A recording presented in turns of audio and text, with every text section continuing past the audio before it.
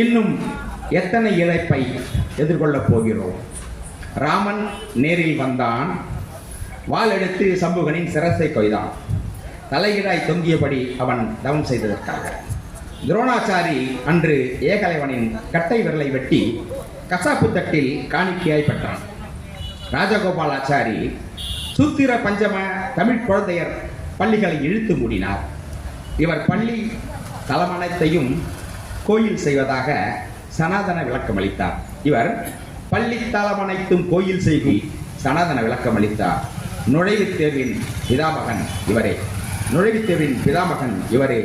குலக்கல்வி தழைக்க கூணல் புதுகோடு கழுகின் கூறிய மூக்கோடு ஒரு நாளில் அரை நாள் போதும் படிக்க வீடு செல் பாத்திரம் துளக்க கத்தி தீட்டு முகத்தை சிறைக்க வெள்ளாவி தீ மூட்டு படித்துறையில் அடித்து துவை சேரு விதி மரமேறு மண் சுமந்து கல் உடைத்து ஏற்றம் இறை ஏர் பூட்டு அப்பன் தொழிலை தப்பாமல் பின்பற்று.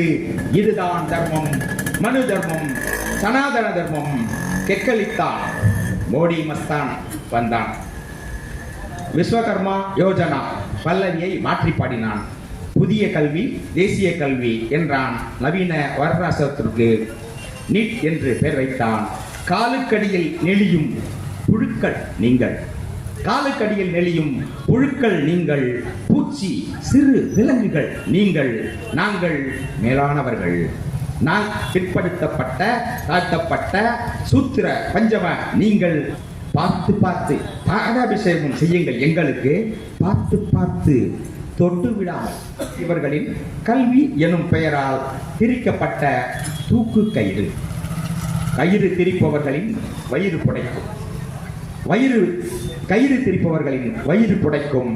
நீங்கள் மேலேறி வர நூலேணி அல்ல, நூலேணி அல்ல, பூணலால் திரிக்கப்பட்ட கயிறு, தூக்கு கயிறு. சாவு வணிகம் முடிவு பெறட்டும். போராட்டக்கிழவனின் பிடரி சிலிர்ப்பை, போராட்டக்கிழவனின் பிடரி சிலிர்ப்பை ஒவ்வொருவரும் பெறுவோம். சாவு வணிகம் எமக்கு வேண்டாம், சாவு வணிகம் எமக்கு வேண்டாம், நீட் வேண்டாம். பகுத்தறிவு பகலவன், ஆரிய பார்ப்பனியத்தை சுட்டரித்த சூரியன், தந்தை பெரியாரின் 146வது பிறந்த நாள் புரட்சிகர இளைஞர் முன்னணியின் செயலாளர் தோழர் சீராளன் தலைமையிலே மிக சிறப்பான முறையிலே இங்கு நடைபெற்றுக் கொண்டிருக்கிறது. பெரியார்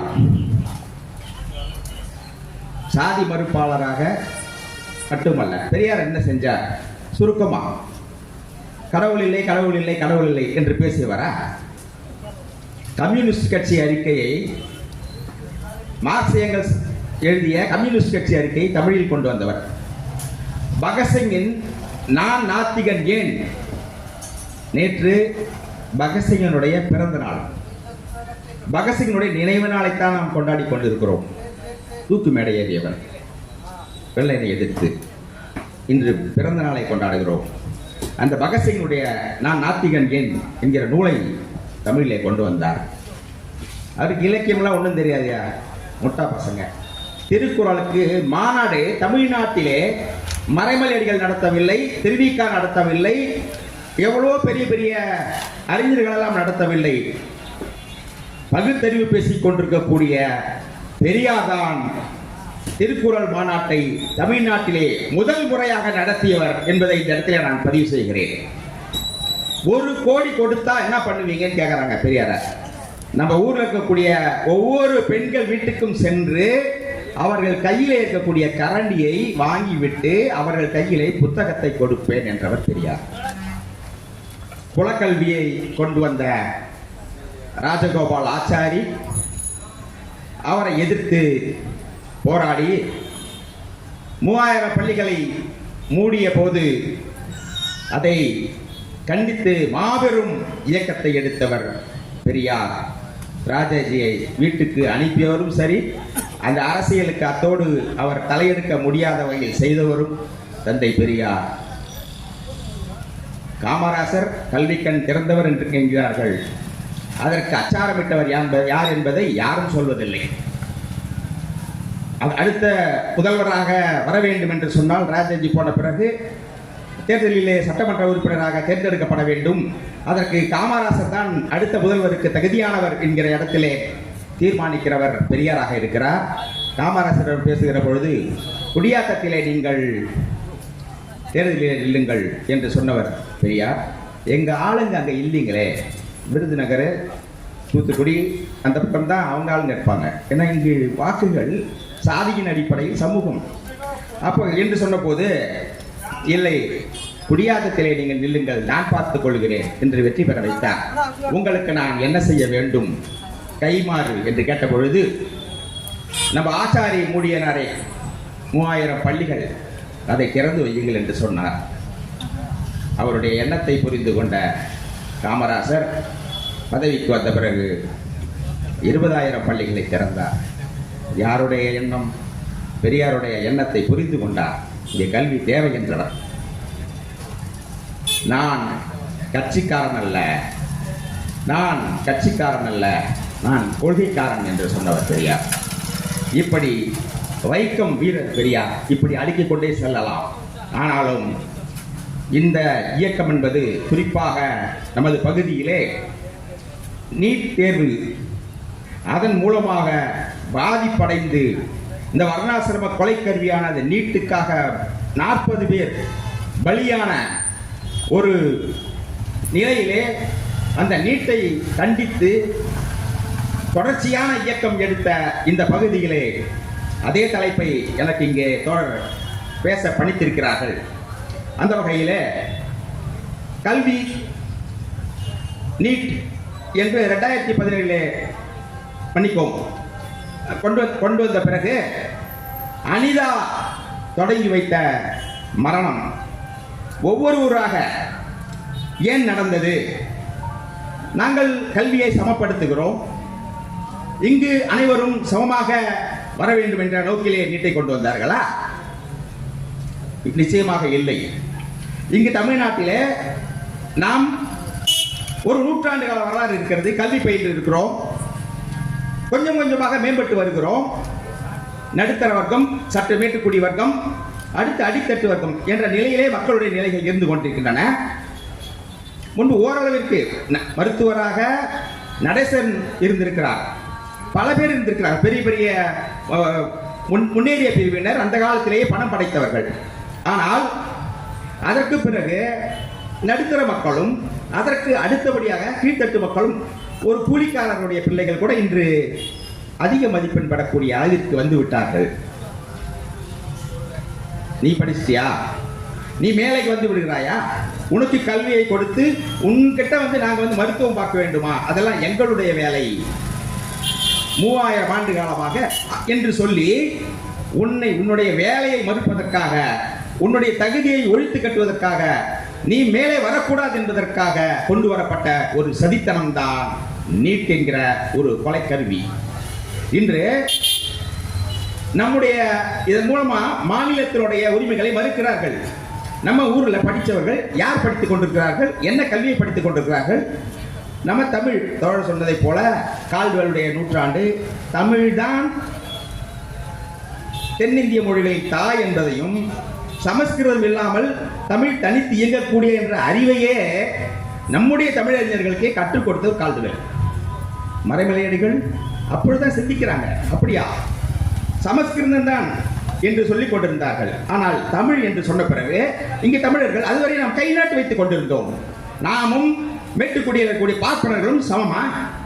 நீ நீட்டு தேர்வு எழுதுகிறாய் என்று சொன்னால், நீ நீட் தேர்வு எழுதுவதற்கு அவர்கள் சிபிஎஸ்இ சிலபஸ் படித்திருக்க வேண்டும். வருகிற வினாக்கள் எல்லாம் எதிலிருந்து வரும்? நீட் தேர்வுக்கு வருகிற வினாக்கள் எல்லாம் அவர்கள் சொல்லுகிற என்சிஆர்டி புத்தகம், அதிலிருந்து வரக்கூடிய கேள்விகள். முதல்ல சிபிஎஸ்இ கல்வி என்றாலே நமக்கு ஒன்றும் தெரியாது. நாம் இப்பதான் அடிப்படை கல்வியை பயின்று இருக்கிறோம். நாம இங்க வந்து நீட் தேர்வுக்கான தேர்வு பயிற்சிக்கு போக முடியும். அதாவது 1ஆம் வகுப்பிலிருந்து 12ஆம் வகுப்பு வரைக்கும் படித்த கல்வி என்பது கல்வி அல்ல. அது என்ன நம்ம மனப்பாடமா படிக்கிறோம்? இல்லை, மதிப்பெண். ஒரு அனிதா அதாவது 1200 மதிப்பெண் கிட்ட நெருங்குகிறார்கள் என்று சொன்னால் அது மனப்பாட கல்வி அல்ல. அவர் ஒரு மொழியிலே, தாய்மொழியிலே படிப்பவன் என்ன படிக்கிறான்? நம் 12 வகுப்பு வரைக்கும் நாம் பெற்ற கல்வி என்ன? நாம் அறிவியலை தெரிந்திருக்கிறோம், விலங்கியல், தாவரவியல், மின்னணுவியல், மின்னியல், வேதியியல், இயற்பியல், புள்ளியியல், வடிவியல், இதெல்லாம் இல்லையா? தமிழில் படித்தவர்கள் நிறைய பேருக்கு தெரியுமே. பிசிக்ஸ்ல அதிக மதிப்பெண் பெற்றதால தானே அங்க போனாரு அப்துல் கலாம், இல்லையா? அப்போ அறிவு என்பது என்ன? நாம் பெற்ற 12 வகுப்பு வரைக்கும் பெற்ற அறிவு இல்லையா? அது படிப்பு இல்லையா? அதில் பெற்ற மதிப்பு இல்லையா? அப்ப கோச்சிங் சென்டர்ல படித்து பெறுகிற மதிப்பு தான் மதிப்பெண்ணா? அப்ப கோச்சிங் சென்டர்ல நீ எதை வச்சு படிக்க வைக்கிற?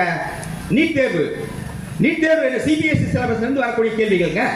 நான் இந்த அடிப்படை கல்வியில படித்திருக்கிறேன். மாநில அளவில் என்னுடைய கல்வியை நான் தாய்மொழியில பயின்றிருக்கிறேன். அப்ப தாய்மொழியில பயின்றவர்கள் யார்? சாதாரண அடித்தட்டு மக்கள். நாம் கல்வி என்னைக்கு இங்க பெற்றோம்? கை நாட்டுகளாக தானே நம்ம இருந்தோம். நம்மளுடைய தாத்தாக்கள் யாராவது எழுத படிக்க தெரியுமா? இன்று தானே எழுத படிக்க கத்திருக்கிறோம். ஒப்பீட்டளவில் இந்தியாவிலே அதிக அளவிலே படித்திருக்கிறோம் என்று சொன்னால் 100 ஆண்டு இங்க இழுத்து வந்திருக்கிறாங்க நமக்கு, நீதி கட்சி முதல் பெரியார் வரை. அப்ப ஒரு மிகப்பெரிய ஒரு கலகம் செய்த பிறகுதான் இங்கு நாம் இந்த அளவுக்கு படித்திருக்கிறோம், இந்த அளவுக்கு மேலே வந்திருக்கிறோம். அறிவு என்பது என்ன? நீ நீட் தேர்வுக்காக சிபிஎஸ்இ சிலபஸ்ல ட்ரைனிங் கோச்சிங் சென்டர்ல படிச்சுட்டு வர்றது உன்னுடைய அறிவுதான். வீட்டுக்குள்ள ஒரு ஜன்னல்ல ஒரு செடி வைக்கிறோம். அந்த செடி வளர என்ன செய்யும்? ஜன்னல் வழியா வெளியே போய் அப்படி எட்டி பார்க்கும்போது அது என்ன கருத்து சொல்றோம் அப்படி சொல்லி தராங்க இல்லையா? வா, நீ வீட்டுக்குள்ள வச்சா கூட அது வெளியில சூரிய கதிர்களை நோக்கி போகும் செடி. ஏன்னா முதல்ல மண் இருந்தாலும் சரி, தண்ணி இருந்தாலும் சரி, அதுக்கு என்ன வேணும்? ஒளிச்சேர்க்கை தான். அது சூரியனுடைய கதிர்கள் அதுக்கு வேணும். இது அறிவு. நேர்மின் எதிர்மின், இது அறிவு. ஒவ்வொரு பொருளுக்குள்ளேயும் நெகிழி என்றால் இத்தனை டிகிரி செல்சியஸ்ல நீங்க வெப்பப்படுத்தினால் அது உருகும். அதுல என்னென்ன சேர்மங்கள் இருக்கின்றன? ஒரு உடலிலே என்னென்ன அவயங்கள் இருக்கின்றன?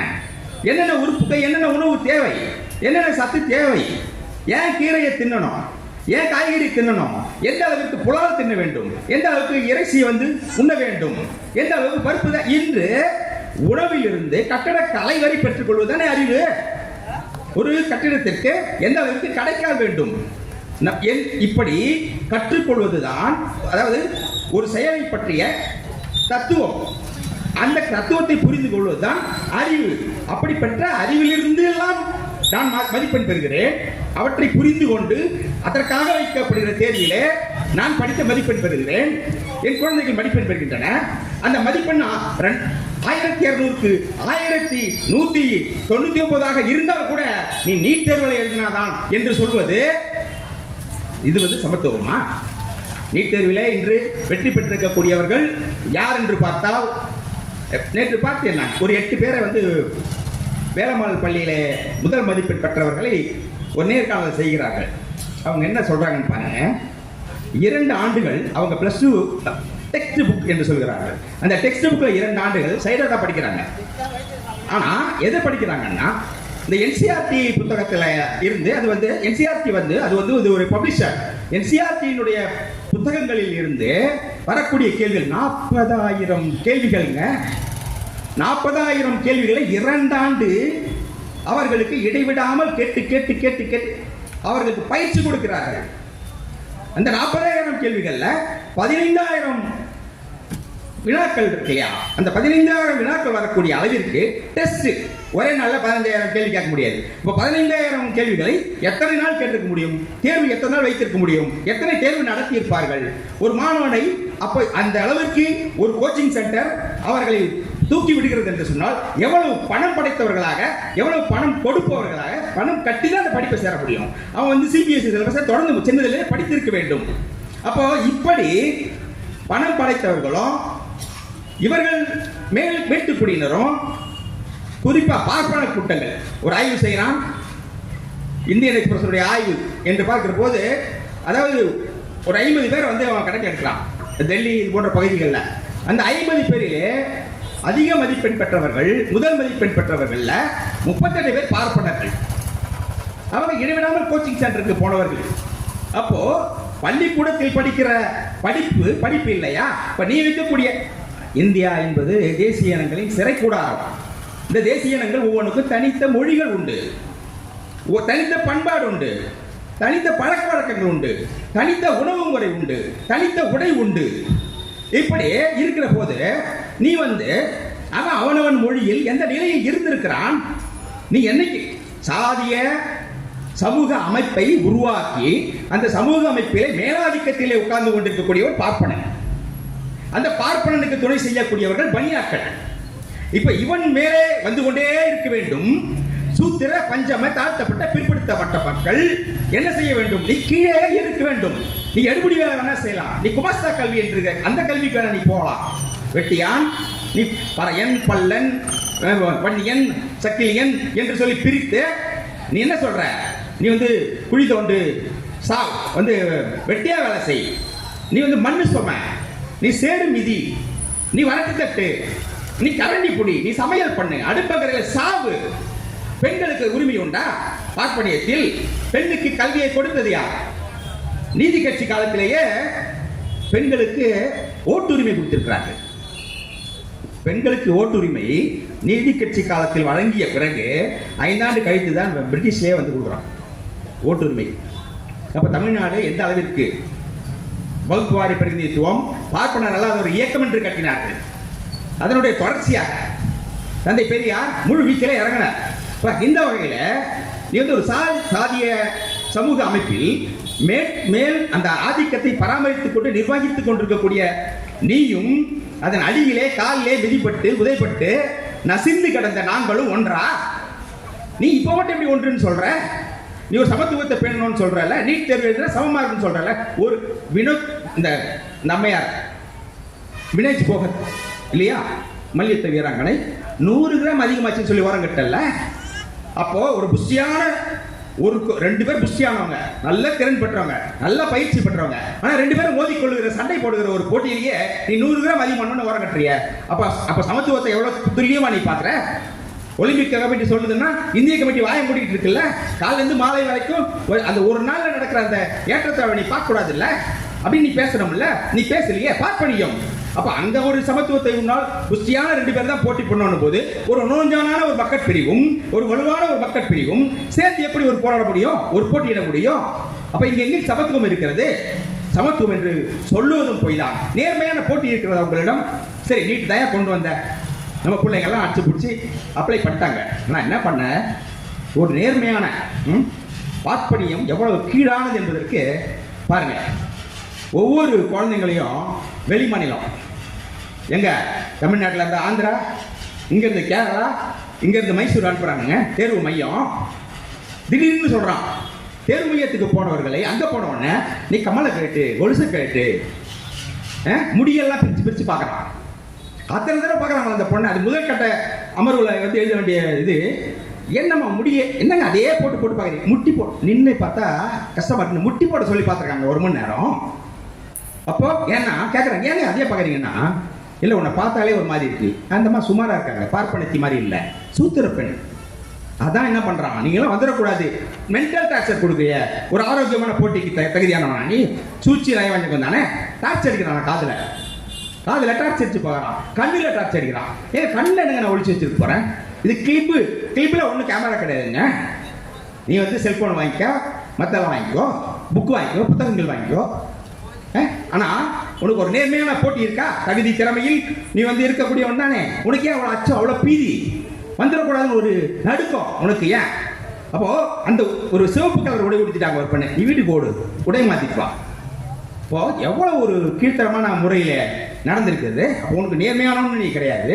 சூழ்ச்சி நயவஞ்சகம் இப்படித்தானே கல்வி கற்ற நான் தவம் இருந்து இறைவனை சந்தித்து விட போகிறேன் என்று சொன்னதால் துரோணாச்சாரி என்ன பண்ண, இந்த ராமன் என்ன பண்றான், சம்புவனை போய் தலையில நின்று தவம் இருக்கிறான், அவன் தலையை போய் வெட்டினல நீ.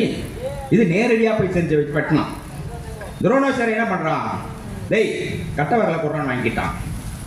இன்னைக்கு அதெல்லாம் இல்லை, ஒரு தேர்வு ஒரு கொலை. இது தற்கொலை கிடையாது. அனிதா செய்து கொண்டது இந்த சமத்துவத்திற்கு எதிரான ஒரு போராட்டம், சமத்துவம் இன்மைக்கு எதிரான ஒரு போராட்டம், ஒரு சமத்துவம் வேண்டும் என்பதற்கான போராட்டம். தாய் வழி கல்வியிலே மக்கள் பயிலுபவர்களை மருத்துவர்கள் ஆக்க வேண்டும் என்பதற்கான போராட்டம். நீட் என்பது ஒரு கீழ்த்தரமான ஒரு செயல் என்பதற்கான கொலை கருவி என்பதற்கான ஒரு போராட்டத்தின் தொடக்கம். இப்படி அந்த போராட்டம் தொடங்கி இன்று தமிழ்நாட்டிலே தான் நாம் தொடர்ச்சியாக போராடி கொண்டிருக்கிறோம். வட மாநிலங்களிலும் அந்த போராட்டம் இப்போது பரவி கொண்டிருக்கிறது. ஜார்க்கண்டிலே நடக்கிறது, கேரளா போன்ற மாநிலங்கள்லாம் போராடுகிறார்கள். இப்படிப்பட்ட வகையிலே இந்தியா முழுவதும் இந்த தீ பரவி கொண்டிருக்கிறது. இங்க பெரியார் என்ற தீ பரவ வேண்டும், அதுதான் இங்க பிரச்சனை. இவன் ஒன்னொன்னும் கேள்வி கேட்கறான் என்றால் நம்ம தீட்டாய் போச்சு லட்டுனாக்கா அவங்க புனித நீர் தெரிச்சுடுவாங்க. கொரோனா கோ கோ கை தட்டுங்க கட்டுங்க அவங்க செய்வாங்க, நம்ம செய்ய மாட்டோம். ஏண்டான்னு கேட்போம், போயிட மாட்டான்னு கேட்போம். என்ன தைரியமாக நம்ம முதல்ல என்ன பண்ணுவார், அதுக்கான உடையை அணிந்து கொண்டு கொரோனா வார்டுக்குள்ளே போயிட்டு வருவார். ஆனால் இவர் வந்து வெளியில் நின்று கை தட்டுவார், வேலை கேட்பார். இப்படி இவர்கள் இந்த சனாதனத்தை பாதுகாப்பதற்கான இந்த சமத்துவமின்மை ஒரு நேர்மையான போட்டி கூட இவங்க இடம் கொடுக்கல. ஆனால் வேற என்னென்ன பண்ணியிருக்காங்கன்னு பார்த்தீங்கன்னா வினாத்தாள் கசிவு, அப்புறம் வினாத்தாள் வந்து விற்கிறான். வினாத்தாள ஒரு தேர்வு, அப்போ வினாத்தாள் நீ விற்பனை ஏன் பண்ணணும், ஒரு ஆளுக்கு 10 லட்ச ரூபா அப்படி அப்படி வினாத்தாள் விற்பனையா 40 லட்ச ரூபாய். ஏன் ஒரு ஆளுக்கு ஒரு வினாத்தாள் விற்பனைக்கு 40 லட்ச ரூபாய். இந்த குஜராத் மாடல் உங்களுக்கு நல்லா தெரியும். குஜராத் மாடலுடைய சிறப்பு நான் ஒன்று சொல்கிறேன் பாருங்களேன். தேர்வு எழுதாத தேர்வு. நீங்கள் இப்போ வந்து சமீபத்தில் இந்த ரகு தாத்தான்னு ஒரு படம் பார்த்துருப்பீங்க. அந்த ஹிந்தி வந்து அவங்களுக்கு என்னதான் ரொம்ப கஷ்டப்பட்டு அந்த கீர்த்தி சுரேஷ்க்கு வரவே வராது. எப்படியாவது பாஸ் பண்ணி இந்த பெண்ணடிமைத்தனத்தை வந்து வலியுறுத்தக்கூடிய ஒரு ஆள் வந்து அவனை கட்டி தொலைக்கணுமே, நம்ம ப்ரொமோஷன் வாங்கி வேறு மாநிலத்துக்கு ஓடிட்டோம்னா அவன்கிட்ட தப்பிச்சிக்கலாம் அந்த மாதிரி நினச்சிக்கிட்டு ஒரு ஹிந்தி தேர்வையாவது எழுதி தொலைக்கலான்ட்டு தலையெல்லாம் முடிக்க போகுது. அப்போ வரவே இல்லை, அது படிக்க முடியல. அதனால ஜன்னல் வழியாக அந்த தாளை கொடுத்து வெக்காமடி எடுத்துருக்கான். ஒருத்தன் அவன் போவான் பல கிலோமீட்டருக்கு போயிட்டு அங்கே போய் அந்த வினாத்தாளுக்கு பதில் வந்து இந்திக்காரன் ஒருத்தங்க வந்து வேலை செய்வான். அவன் என்ன சொல்லுவான் தெரியுங்களா, தம்பி உனக்கு தமிழ் தெரியுமான்னு கேட்டால் நல்லா தெரியுங்க அந்த சொல்கிறான். அவன் வந்து ஒரு செக்யூரிட்டியாக இருப்பான். எப்படிடா அப்படின்னு கேட்டால், ஏங்க எனக்கு தமிழ் தெரிஞ்சாதாங்க பாட்னாவில் எங்கள் வீட்டில் இருக்கிற அடுப்பு எரியணுமா. அப்போது அந்த வினாத்தாள் அங்கே போய் அவன் பதில் எழுதுறான். எழுதி கொடுத்த உடனே அந்த நேரம் முடியாது இவங்கள்ட்ட கொடுத்து இவங்க பாஸ் ஆகிடுறாங்களா அதுக்கப்புறம் தெரில. அப்போ அந்த மாதிரி காலியாக நீ வினாத்தாளை கொடுத்துடணுங்க. அந்த வினாத்தாள் நீங்கள் விடை கொடுத்துட்டீங்கன்னா விடையை யார் எழுதுவாங்கன்னு கேட்டிங்கன்னா இந்த துஷார் பட்னு சொல்லிட்டு அந்த அந்த டீமில் ஒருத்தர் இருக்க அந்த மேலாளர், அந்த கண்காணிப்பாளர், அவர் எழுதிடுவாங்க. என்ன நேர்மை. கோச்சிங் சென்டர் கூட நீங்கள் போகத்தாங்க. ஒரு 10 லட்ச ரூபா இருந்தால் போதும் உங்களுக்கு. அப்போ 27 பேருக்கு 2 கோடியே 70 லட்சம் ரூபாய். இந்த துஷார் பட்டை வந்து என்ன பண்ணலான்னா உஷார் பட்டா எல்லாம் போயிட்டாரு. பையிலேருந்து எடுத்து பணமெல்லாம் கீழே கொட்டிட்டு இருக்கு. அளவு தரல, அதனால கப்புன்னு பிடிச்சிட்டாங்க. இப்போ இந்த வகையில் இந்த கொள்ளை கூட்டம் கொலைகார கூட்டமாகவும் ராஜஸ்தானில் 30 பேருக்கு மேலே இறந்திருக்கிறார்கள். இப்படி இந்த மதிப்பெண் போடுறதுலையும் பார்த்தீங்கன்னா 77 720, அதுலேயும் வந்து கொள்ளுபடி 715 வாங்கலாம், 716 வாங்கலாம். அது வந்து ஒரு இது. ஆனால் 717 718 வாங்க முடியாது, கணக்குப்படி பார்த்தா வர முடியாது. இப்படி பல விதமான குளறுபடிகளை செய்து பிசிக்ஸில் வந்து ஃபெயிலுங்க. ப்ளஸ் 2ல் 21 மார்க் தான் ஒரு அம்மா, அது வந்து நீட்டில் பாஸ். என்னையா இது? அப்போ ஒன்று அடிப்படை அறிவே வேணாம். பிசிக்கல் ஃபெயில் என்னங்க அர்த்தம்? அடிப்படை அறிவு இல்லை சயின்ஸில். அப்போ கோச்சிங் சென்டரில் மனப்பாடம் பண்ணி மார்க் வாங்கிட்டீங்கன்னாக்கா அதுக்கப்புறம் வந்து அது நீ மார்க் மனப்பாடம் பண்ணி கூட கிடையாது, அது எப்படி போட்டான்னு எவனுக்கு தெரியும்? அப்போ 21 மார்க் வாங்குறவங்க எப்படி பாஸ் ஆகிறான்? நான் 1170 மார்க் வாங்கினா நாங்கள் செத்து போனோம் இல்லையா? அப்போ என்ற வகையிலே இது சமத்துவமற்றதாக இருந்து கொண்டிருக்கிறது. இது ஒரு பார்ப்பனிய தன்மை கொண்டதாக இருந்து கொண்டிருக்கிறது. இது வர்ணாசிரம குலக்கல்வியை நீடிப்பதற்கானதாக இருக்கிறது. இது தாழ்த்தப்பட்ட, பிற்படுத்தப்பட்ட, ஒடுக்கப்பட்ட ஏழை எளிய மக்கள், ஒவ்வொரு தேசியன மக்கள் தன்னுடைய அடையாளத்தோடு கல்வி கற்று மேம்படுவதற்கு, அவர்கள் தமிழின எழுச்சி பெறுவதற்கு, இன எழுச்சி பெறுவதற்கு, இன உரிமைகளை பெறுவதற்கு இன்று தடையாக உள்ளதாக இந்த கல்வி இருக்கிறது. நீட் வேண்டவே வேண்டாம், நீட்டை விரட்டி அடிப்போம் என்று கூடி அமைகிறேன். நன்றி. காட்டுமிராண்டிகள் 500 கோடி மக்கள் 450 கோடி மக்கள் உள்ள உலகம்னா அதில நாமெல்லாம் காட்டுமிராண்டிகள், கீழ் மக்கள், ஈன ஜாதி மக்கள். ஆந்திர மக்கள் மேல ஜாதி, பொம்பளை எல்லாம் விவசாயி மக்கள். சாஸ்திரப்படி, கடவுள் கட்டளைப்படி எவன் சிந்திச்சா அதனால மக்களிடத்துல பெரிய வேலை செய்ய வேண்டியது.